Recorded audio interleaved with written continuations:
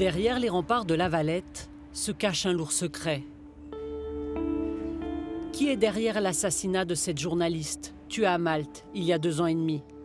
Daphne Caruana Galizia avait révélé des scandales de corruption impliquant le gouvernement de ce petit paradis fiscal de moins de 500 000 habitants. Son meurtre a marqué un véritable tournant. Je me dis toujours la même chose. Ces photos ne devraient pas être là parce qu'elles devraient être en vie. Interloqués, les nombreux touristes s'arrêtent devant le monument éphémère chaque jour réinstallé dans le centre-ville. Sa sœur Corinne n'a pas le temps de s'y attarder aujourd'hui. C'est clair que je pense à Daphné tous les jours, mais le plus souvent c'est parce qu'on doit faire campagne pour obtenir justice. Aujourd'hui, je vais au tribunal pour une audience. L'affaire a connu un spectaculaire développement judiciaire en novembre, avec l'arrestation du principal accusé, Jörgen Fenech. Ce riche homme d'affaires est le commanditaire présumé du crime. Jörgen Fenech accuse lui Keith Schembri, le chef de cabinet de l'ancien Premier ministre Joseph Muscat, d'être celui qui a ordonné l'assassinat de la journaliste. Son meurtre est lié à son travail et Schembri a un lien avec son travail. Et Schembri a été cité dans une procédure judiciaire, donc c'est impossible que Muscat n'ait pas été au courant. Le travailliste Joseph Muscat a soutenu longtemps Keith Schembri, son bras droit, avant d'être forcé à la démission par la rue, tout comme plusieurs de ses ministres. Ce 13 janvier, les Maltais acclament son successeur, Robert Abela, désigné par le Parti travailliste. Malgré le scandale, c'est la même formation politique qui reste au pouvoir, forte de la confiance de nombreux habitants. Ce qu'il y a d'horrible, c'est qu'ils ont monté l'opinion publique contre elle à tel point qu'elle ne pouvait plus se promener tranquillement dans la rue. À tout moment, elle se demandait si elle allait être attaquée. Le gouvernement a par exemple fait une campagne d'affichage avec sa photo. La campagne de diabolisation était constante, en particulier sur les réseaux sociaux. Elle a été présentée comme une personne diabolique, inhumaine. Ils l'ont décrite comme une sorcière. Elle était même caricaturée dans une émission de télévision. Daphne Caruana Galizia avait travaillé ici au Times of Malta avant de créer son blog. Électron libre, elle n'épargnait personne au risque d'être détestée. Mais elle était aussi suivie par 400 000 abonnés dans le monde. C'est quasiment le nombre d'habitants sur l'île. Elle était brutale dans ce qu'elle écrivait. Parfois, elle allait presque jusqu'à propager des rumeurs sur la vie privée des gens connus. Mais il y a eu d'autres fois où elle a sorti des scoops comme le scandale des Panama Papers, ce qui lui a valu un grand respect.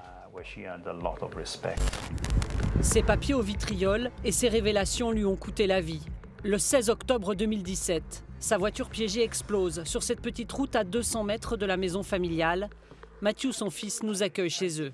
À cette époque, on utilisait la même voiture. Donc elle m'a dit avant de partir, quand je rentre, tu pourras prendre la voiture. Et quelques minutes après son départ, j'ai entendu une explosion. J'ai tout de suite su que c'était une bombe. Ça ne pouvait pas être autre chose. Je suis sorti en courant sur la route et c'est là que j'ai vu le carnage. À partir de ce moment précis, j'ai su que notre vie allait devenir un cauchemar. En fait, c'était déjà un cauchemar.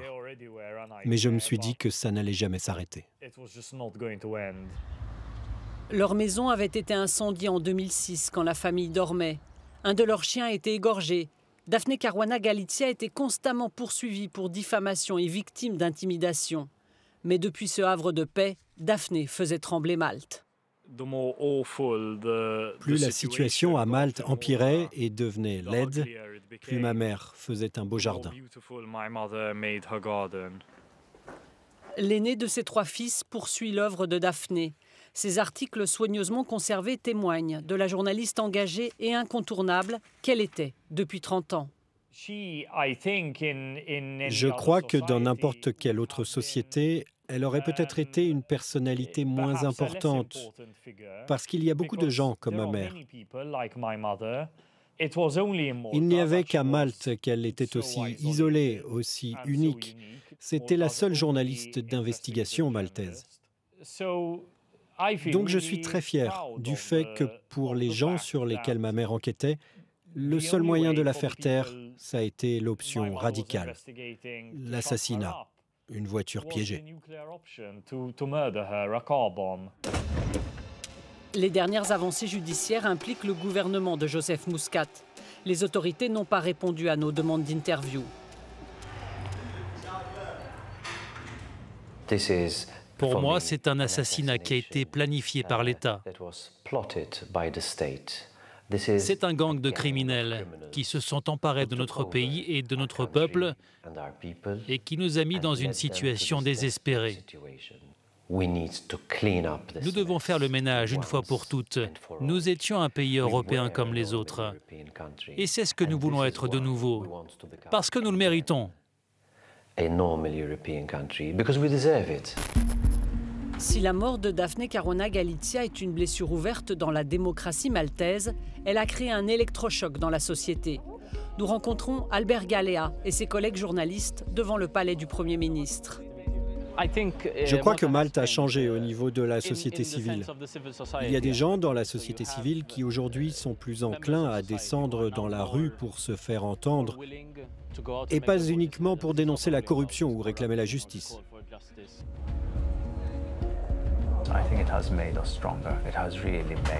Cela nous a rendus plus forts, cela nous a vraiment incités, nous les journalistes, à chercher qui était derrière cet assassinat.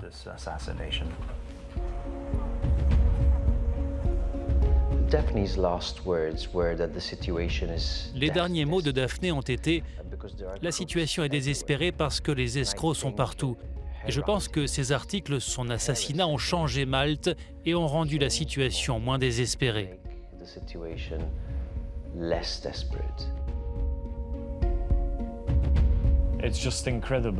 C'est incroyable l'importance qu'elle avait, toutes ces personnes qu'elle a inspirées et le nombre de carrières de politiciens corrompus qu'elle a brisées. Ma mère a effectivement changé le pays et elle est encore en train de le changer, même depuis l'au-delà.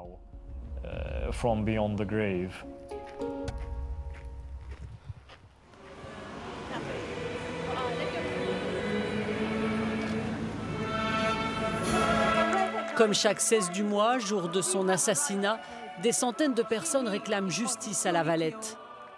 Pour savoir enfin qui a voulu faire taire Daphne Caruana Galizia, dont la voix résonne plus fort que jamais.